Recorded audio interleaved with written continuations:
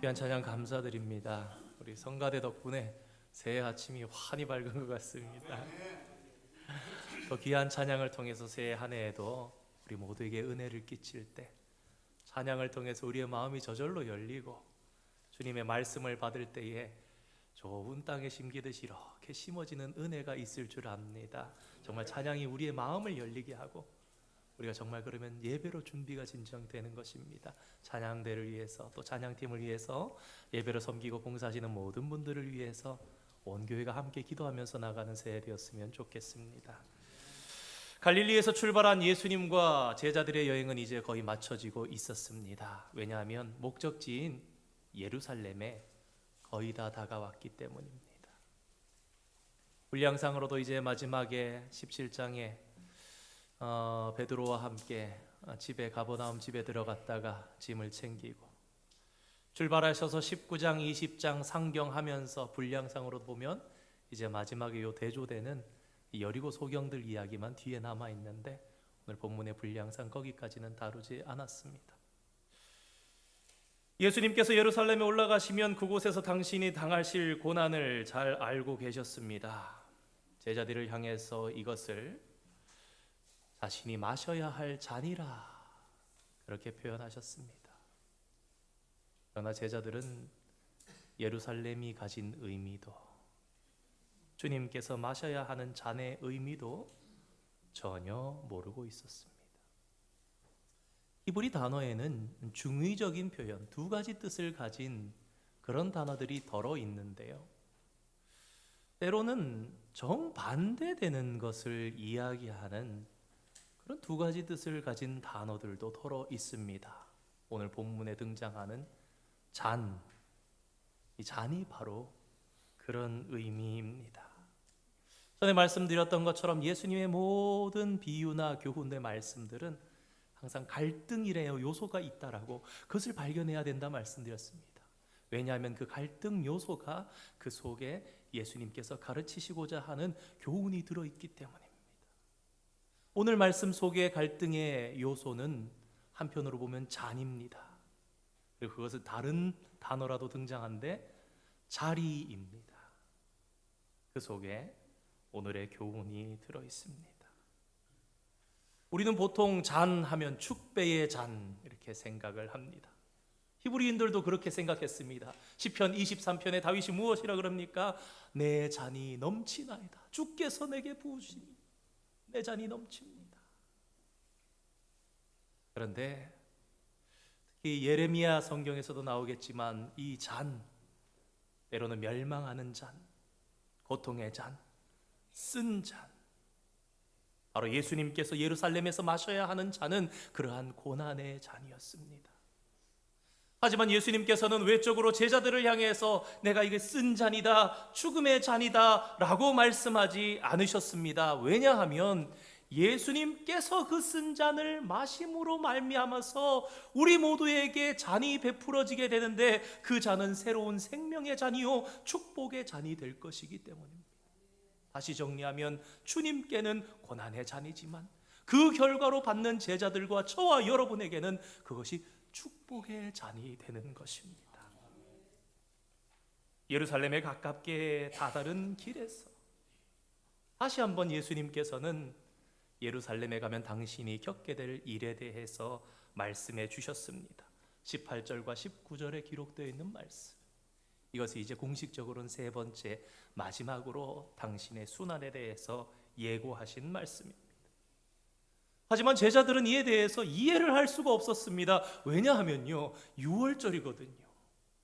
6월절은 이스라엘 백성들에게 있어서 3대 절기 중에서도 가장 기쁜 날입니다. 구원과 해방의 날입니다. 우리로 얘기하면 설날입니다. 구정입니다. 야, 명절이야. 얼마나 기뻐. 우리가 고국에 없어도 일하러 나가면서도 설이야 그러면서 기분 좋게 지내는데, 그러니까 제자들의 입장에선 그런 거예요. 아니, 신나고 좋은 날에 예루살렘에 가는데 도대체 무엇 때문에 예수님이 죽임을 당하시는 건지 이해를 할 수가 없었던 것입니다. 그래서 제자들은 믿지 않았습니다. 우리 좀 이해해 줘야 됩니다. 왜요? 이해가 안 되는데 어떻게 믿겠습니까? 믿지 않고 생각지 않았던 것입니다. 한편으로 보면 그런 모습에서 육체적인 모습으로는 제자들과 함께 올라가시지만 예수님은 외롭게 올라가셨습니다. 홀로 십자가가 가까웠음을 아시고 그러나 비장한 각오로 잔을 마시기 위해서 길을 가시는데, 그런 바로 그때에 야고보와 요한의 어머니가 예수님 앞에 나타나서 부탁을 합니다. 우리 20절 21절 말씀 한번 읽어볼까요? 읽겠습니다. 시작. 그때에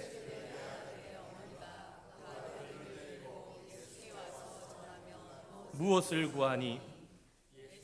이르시되 무엇을 원하느냐? 이르되 나의 이 두 아들을 주의 나라에서 하나는 주의 우편에 하나는 주의 좌편에 앉게 명하소서.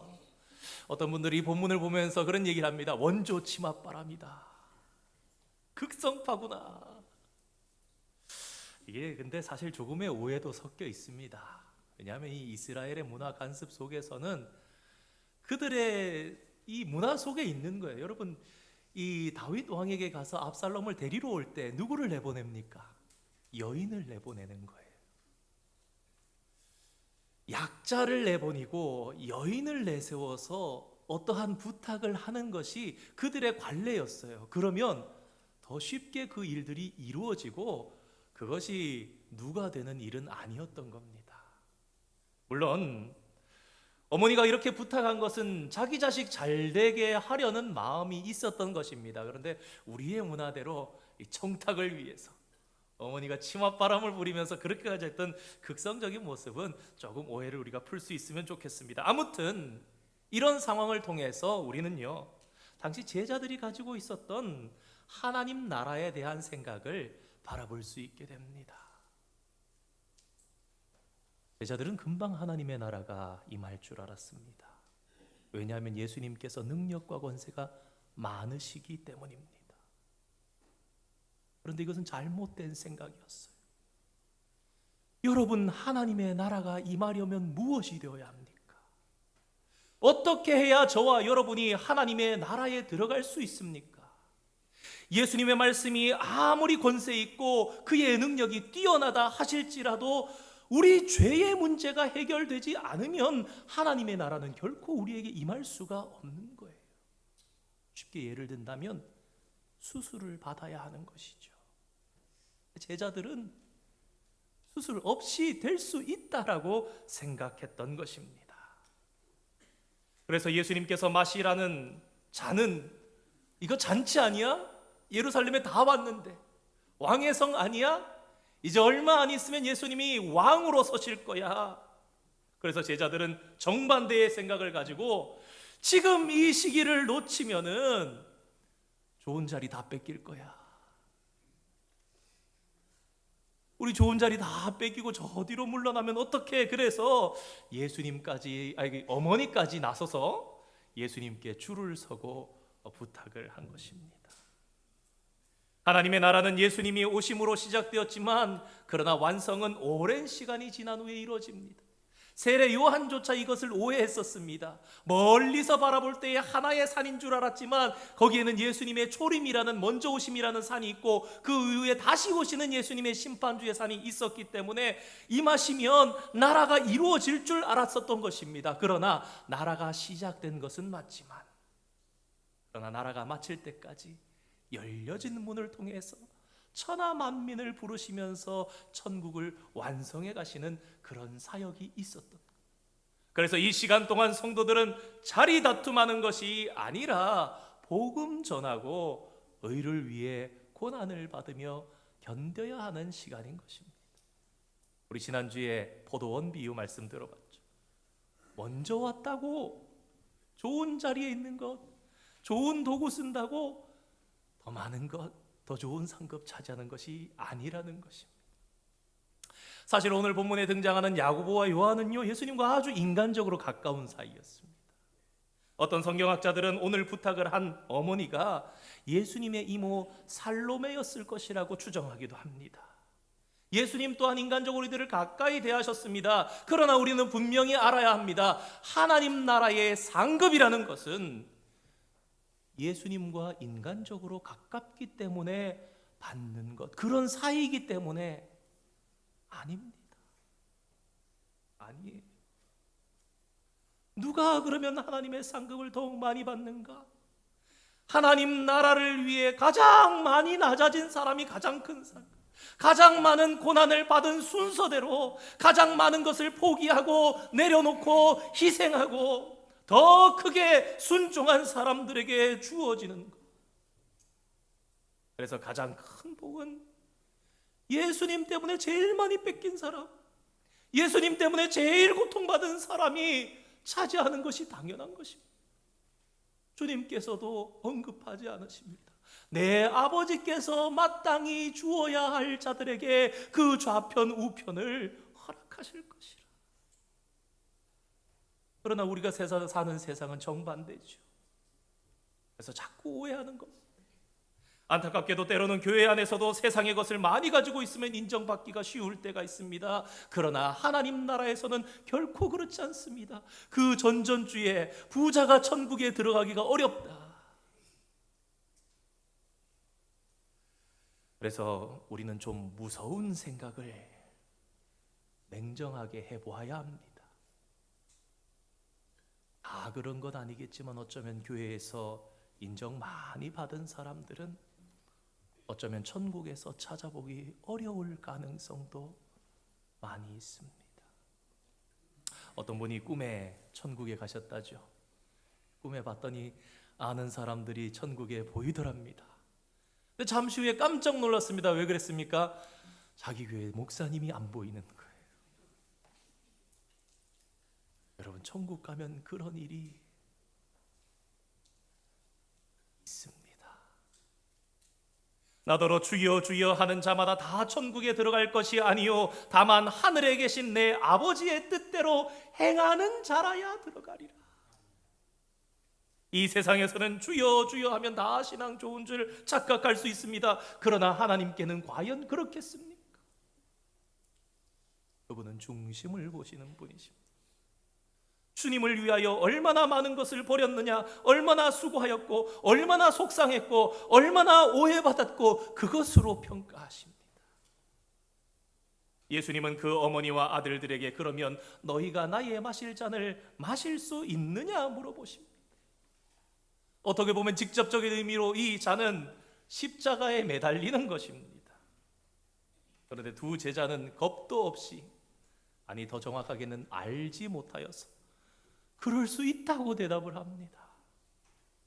여러분, 만약에 예수님께서 그래 허락해 주겠다 이렇게 말씀하셨으면 그 두 사람은 예수님 십자가 좌우편의 강도 대신에 달렸어야 할 그런 운명이었을 것입니다.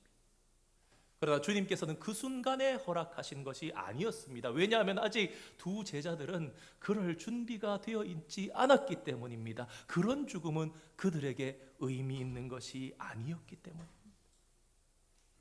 여담으로 생각해 보자면요, 그러나 나중에 이 야고보와 요한이 준비되었을 때에는요, 그래 너희들이 마시리라.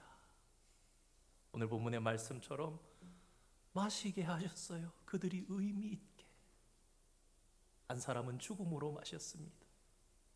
여러분, 야고보 사도는 가장 먼저 순교한 사도입니다. 요한은 어떻습니까? 순교하지는 않았지만 순교자 이상으로 교회를 위해서 많이 수고하다가 나중에는 반모섬에 갇혀서 유배되어서 하나님의 환상을 보면서 초대교회의 성도, 이 아시아의 소아시아의 성도들에게 하나님 나라의 비밀을 가르쳐주고 천국을 꿈꾸게 하면서 주님 앞에 불려갔던 사람입니다. 아무튼 바로 이러한 때에, 그때에 다른 10명의 제자들은 이 두 사람의 이야기를 듣고 분하게 생각했습니다. 여러분들, 왜 분하게 생각했을까요? 여러분, 우리는 이 정서에서 사람의 감정을 읽을 수 있어야 됩니다.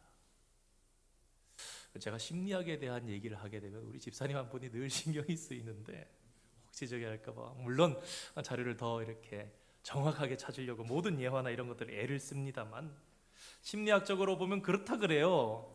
사람이 자기 닮은 사람 만나면 싸운답니다.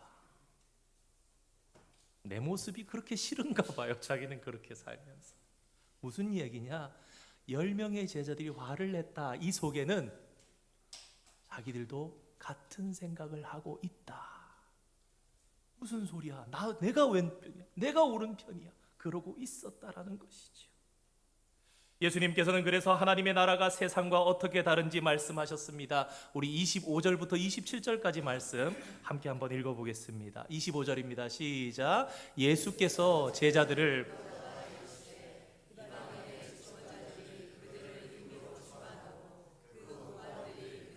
권세를 부리는 줄을 너희가 알거니와. 26절.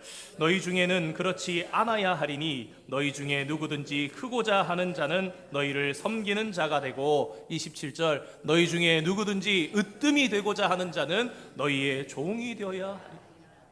이 말씀은 굉장히 이해가 잘 되는 말씀이었습니다. 왜냐하면 당시의 시대가 로마 시대였기 때문에. 로마 시대는 힘이 지배하는 사회입니다. 힘세고 강하게 갚아주는 것, 한 대 맞으면 2대로 돌려주는 것이 그 사회의 정의였습니다. 그러니 세상의 질서가 높은 자들이 낮은 자에게 명령하고 지배되는 것 너무나 잘 이해가 되는 것이었죠. 옛날에 진시 황제가 만리장성을 쌓는 일에 수많은 사람들을 동원했는데요, 너무 밀어붙여서 성을 수축하는 동안 많은 인부들이 죽었다고 합니다. 그래서 만리장성 밑에는 해골이 즐비하다고 합니다. 뿐만 아니라 그가 죽을 때는 무덤을 만드는데 얼마나 크고, 모르겠습니다. 최근에 발견되었다 그러는데 그게 진짜인지는 모르겠습니다만은 그런 얘기가 있더라고요. 자신의 무덤 만드는데 70만 명을 동원했답니다. 인부를. 그런데 그 70만 명을 다 죽였답니다. 왜 죽였습니까? 자기 무덤 못 찾게 하려고. 세상에는요, 상관이 명령하면 부하는 복종하게 돼 있습니다. 그러나 하나님의 나라에서는 누구든지 높아지려면 높아질수록 더 낮은 자, 섬기는 종이 되어야 하는 것입니다. 그렇다면 우리 교회가 더욱 주님의 나라와 가까워지려면 어떻게 해야 될까요? 더욱 작은 사람, 더욱 낮은 사람이 대접받고 존경받는 교회가 되면 그 교회는 하나님 나라에 가까운 것입니다. 왜요? 예수님의 모습이 그 교회에 많이 있기 때문입니다. 우리는 이 세상 속에서 아주 쉽게 이 모습을 볼 수 있는 곳이 있습니다. 바로 우리 엄마에게서 그런 모습을 보게 됩니다. 엄마의 위대함은 아이와 똑같아질 수 있는 데 있습니다. 처음에 초보 엄마 때는 속상해하죠. 2살, 3살 애 못 알아듣는데도 막 설명을 하기도 합니다. 네가 이렇게 하면 내가 어떻게 해서 되겠냐. 시간이 지나고 아이를 이해하면서 아이가 엄마를 만든다고 그러지만 나중에는 결국 어떻게 됩니까? 때로는 오히려 아이보다 더 낮아져요. 아가씨 때는 조금만 비 상해도 코를 이렇게 탁 막고, 내 엄마가 되면 어떻습니까? 아이를 낳고 키우다 보면 토한 것에 손을 대가지고 받아내기도 하고, 기저귀도 아무렇지 않게 가르면서 심지어 냄새까지 맡고, 어떤 엄마들은 사진까지 찍어가면서 오늘 색깔은 이렇다 저렇다 하면서 하는 맨손으로 받아내고. 여러분, 그런데 이것이 신앙의 세계에서도 마찬가지라는 겁니다. 누구든지 처음에 교회에 오게 되면요, 갓 태어난 어린아이 같은 거예요. 혼자서 손발을 움직이면서 무엇을 하는 것 같지만 실질적으로 혼자서 할 수 있는 게 별로 없습니다. 여러분, 그러면 좋은 교회는 어떠한 교회인가? 엄마 같은 사람이 많은 교회가 좋은 교회인 거예요. 잊지 마셔야 됩니다. 오늘 아멘 하시고. 다른 데 드러나는 것이 주님께서 기뻐하시고 상급이 큰 게 아니라 먼저 성숙한 자가 성숙한 자의 자리에서 젖을 먹이고 섬겨주면서 그것을 가지고 자라는 거예요. 그 젖을 먹고 그 섬김을 받으면서. 그래서 신앙이 성숙하기 위해서는 좋은 신앙의 유모를 만나야 하는데, 그런 유모가 많은 교회가 좋은 교회가 되는 것입니다. 사랑하는 성도 여러분, 오늘 우리 자신을 한번 살펴보기를 원합니다. 내가 하나님을 확신하고 믿음 가운데 서 있다면, 그렇다면 그냥 예배만 드리고 교회만 다녀서는 안 되는 것입니다. 그것이 의미가 없는 것이 아니라, 그랬다면 주님께서 마음을 부어주시기 시작합니다. 야, 너 날 위해서 조금 더 헌신해 줄 수 없겠니? 이 비어있는 자리 네가 좀 채워주면서 내 교회 좀 더 빛나고 좋은 교회 되게 해주면 안 되겠니? 주위를 돌아보며 새생복을 돌보며 나갈 때 이름 없어도 빛도 없어도 주님 다 아시고, 그런 분들이 진짜 천국에서 귀하고 큰 자라고 하나님 인정하시는 거예요. 28절 말씀에 말씀합니다. 우리 함께 읽어볼까요? 읽겠습니다. 인자가 온 것은 섬김을 받으려 함이 아니라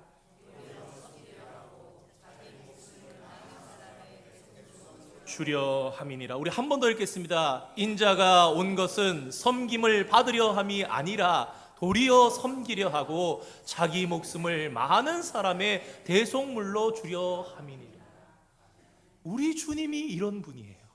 이 주님이 계신 천국이면 그 천국은 어떻겠습니까? 그 천국에 누가 큰 자입니까? 여러분, 예수님께서는 높아지려고 이 땅에 오지 않으셨습니다. 예수님께서 만약에 높아지시고 대접받기 위하시면 이 땅에 내려오실 필요 자체가 없었어요. 왜요? 이미 하늘에서도 너무나 최고로 높임을 받고 계셨던 그분이시기 때문입니다. 그런데 성경은 오늘 우리에게 밝히 말씀합니다. 그 예수님께서 우리를 섬기시기 위해서, 우리를 섬길 목적으로 이 땅에 오셨는데 종으로 오셨다. 그래서 발을 씻어주시고 한 대 콱 쥐어박으면서 너 가서 저 일 좀 하라고 내가 그랬지 해도 되는데, 깨달을 때까지 계속 왜? 마음에 우러나서.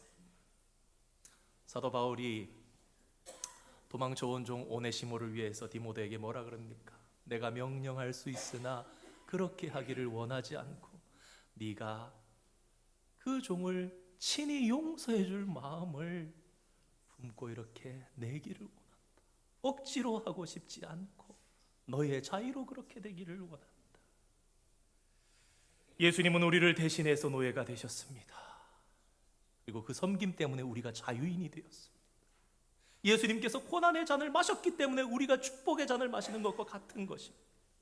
그런데 놀라운 것은 이렇게 예수님께서 순종하시고 스스로 낮아지시고 가장 천히 여김을 받으셨을 때 하나님의 능력이 나타나서 예수님을 자유롭게 하시고 온 세상의 왕이 되게 하시고, 오늘날 우리가 모든 기도마다 고백하는 것처럼 모든 무릎을 예수 그리스도의 이름으로 꿇게 하시고, 가장 낮아진 나의 아들을 보았느냐? 그럴 때에 내가 가장 높여주는 거야. 모든 영광을 나의 아들에게 돌리라. 하나님께서 친히 명령하셔서, 그래서 우리가 기도를 마칠 때 그렇게, 그런 예수님이 주인이신 천국.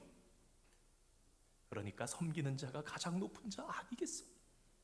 가장 작은 자가 가장 귀한 자가 아니겠습니까? 예수님의 말씀이 하나도 틀리지 아니했지 않습니까? 그래서 우리 중에 가장 놀라운 사람이 있다면 가장 겸손한 사람입니다. 겸손한 사람을 만나면 사막에서 오아시스를 만난 것 같은 그런 기쁨이 있습니다. 그런데 이 겸손은 그냥 만들어지지 않습니다. 못된 육신, 욕심 많은 내가 죽어야 하는데 단번에 안 죽기 때문입니다. 환난과 말씀으로 계속 연단받습니다. 시뻘건 불덩이 속에 끓도록 만든 후에 명검이 만들어지는 것처럼, 불에도 넣었다가 물에도 넣었다가 담그며 두들기고 하는 것처럼 어려운 환난에도 집어넣고 말씀에도 집어넣는 반복을 계속할 때에 욕심과 고집이 사라지고 순결한 하나님의 백성이 되는 것입니다. 자기를 주장하는 것이 아니라.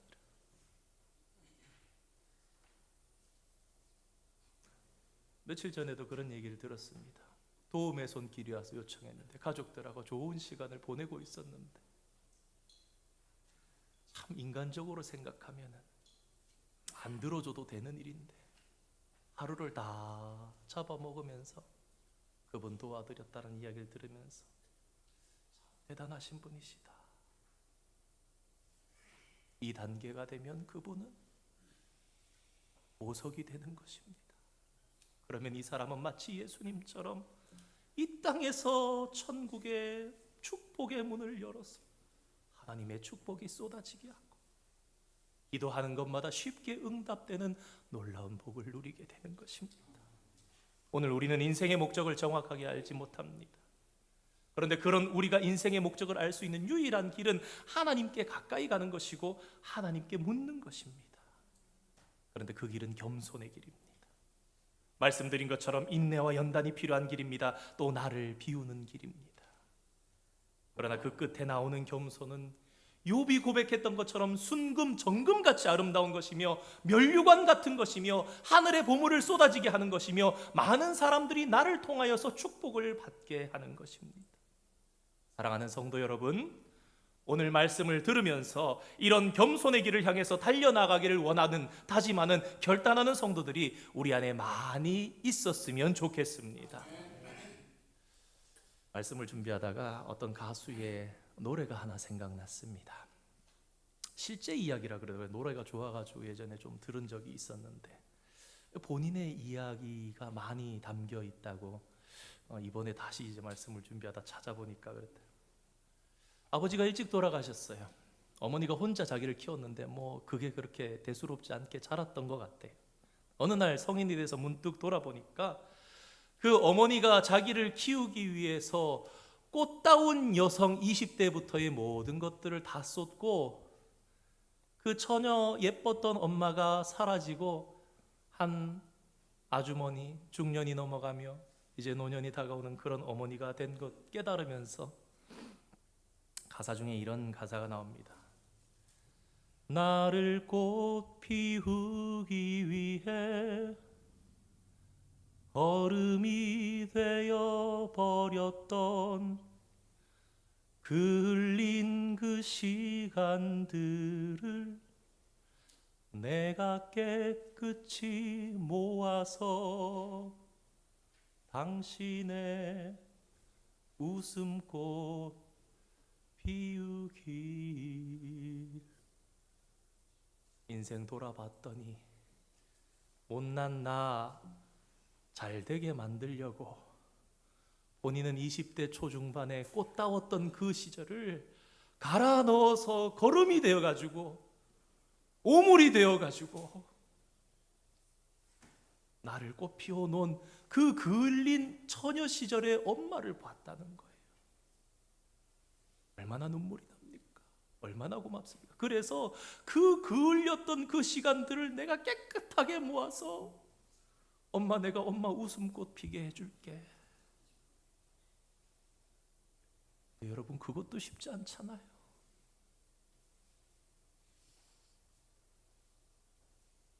교회에 적용해 보았습니다. 내가 거름되어 나보다 남 드러내주는 성도, 다른 사람 꽃 피워주기 위해서 내가 거름되어도 좋은 사람들이 우리 교회 안에, 또 우리 교회 안에 많이 있으면 좋겠구나. 그거 바라보면서 하나님께서 어떻게 생각하시겠습니까? 이야, 아들아, 딸아, 내가 나를 위해서 거름이 되었구나. 아니, 다짐하는 그거 지키기도 쉽지 않은 그저 그런 미물 같은 우리가 애쓴다 해도 잘 갚아지지 않는 그런 것인데 하나님 앞에 그렇게 생각됐다면 여러분, 하나님께서는 눈물도 다 담아두십니다. 눈물병에 너의 눈물을 담아두리라. 이루시지 못할 그런 마음만 우리에게 전해주시는 것이 아니라, 야, 내가 나의 나라를 위해서 애쓰느라 너의 그 흘린 그 시간들 내가 다 갚아줄 거야. 깨끗하게, 아름답게, 보배롭게 꽃길 걷게 할 거야. 웃음꽃 피게 할 거야. 나의 천국의 영광을 너에게 줄 거야. 그러지 않으시겠습니까?